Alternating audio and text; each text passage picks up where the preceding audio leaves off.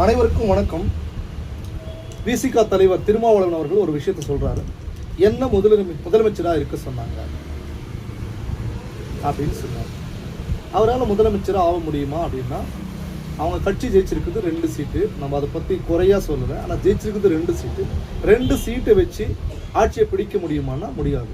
அப்போ 108 சீட்டு பிடிச்ச தாவேகா தடுமாறுது. அதை விட கம்மியாக வாங்கின திமுக தடுமாறுது. அதை விட கம்மியாக வாங்கின அதிமுக தடுமாறுது.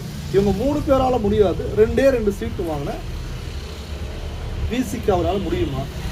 இது ஒரு வித்தியாசமா இல்லை, அதிசயமா இல்லை. ஆனால் அது என்ன அப்படின்னா, திமுகவும் அதிமுகவும் கூட்டணி அப்படின்ட்டு இந்த விஷயத்தை திருமாவளவன் இப்போதான் சொல்றாரு. ஆனால் இதுக்கு முன்னாடியே எனது நண்பர் ஒரு யூடியூபர் அரசியல் இந்த எலெக்ஷனுக்கு முன்னாடியே சொன்னார். ஒரு சமயம் வரும்போது, ஒரு பிரச்சனை வரும்போது இவங்க 2 பேரும் ஒன்னா கூட்டணிக்கு அமைக்க கூட தயங்க மாட்டாங்க அப்படின்னு சொன்னாரு. எனக்கும் தெரியும் இவங்க 2 பேரும் ஒட்டி பிறந்த இரட்டை குழந்தைகள் அப்படின்ட்டு. சரி, ஏன் இப்படி அவங்க முயற்சி? திமுகவை எதிர்த்து தான் அதிமுக எப்பவுமே அரசியல் பண்ணிக்கிட்டு வந்திருக்காங்க. இந்த 60 ஆண்டு காலத்தில் மக்கள் மனசுல திமுகவும் அதிமுகவும் எதிர் துருவங்களாக தான் மக்கள் வச்சிருக்காங்க. ஆனால் இன்னைக்கு நாங்கள் 2 பேரும் ஒன்றுன்னு இவங்க நேராக சொல்லுவாங்களான்னா சொல்ல மாட்டாங்க.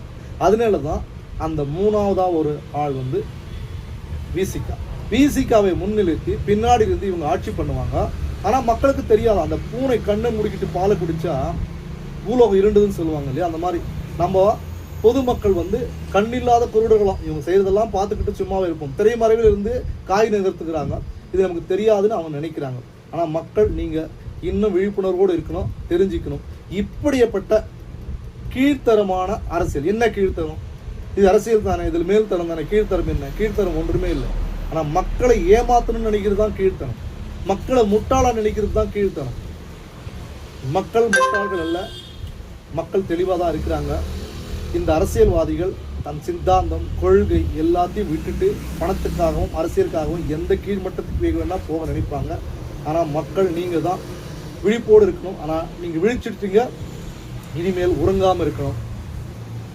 இனிமேல் புதிய இளைய தலைவர்கள் ஆட்சிக்கு நல்ல ஆட்சியை கொடுக்க வாய்ப்புகளை நீங்கள் வழங்கிக்கிட்டே இருக்கும். இந்த மாதிரி முரண்பாடு அரசியல் உள்ளவர்களை எல்லாம் மூட்டை கட்டி வீட்டுக்கு அனுப்புங்க. மீண்டும் ஒரு அடுத்த நல்ல ஒரு வீடியோவில் சந்திப்போம். அதுவரை உங்களிடம் விடைபெறுவது கோபிராஜன். நன்றி, வணக்கம்.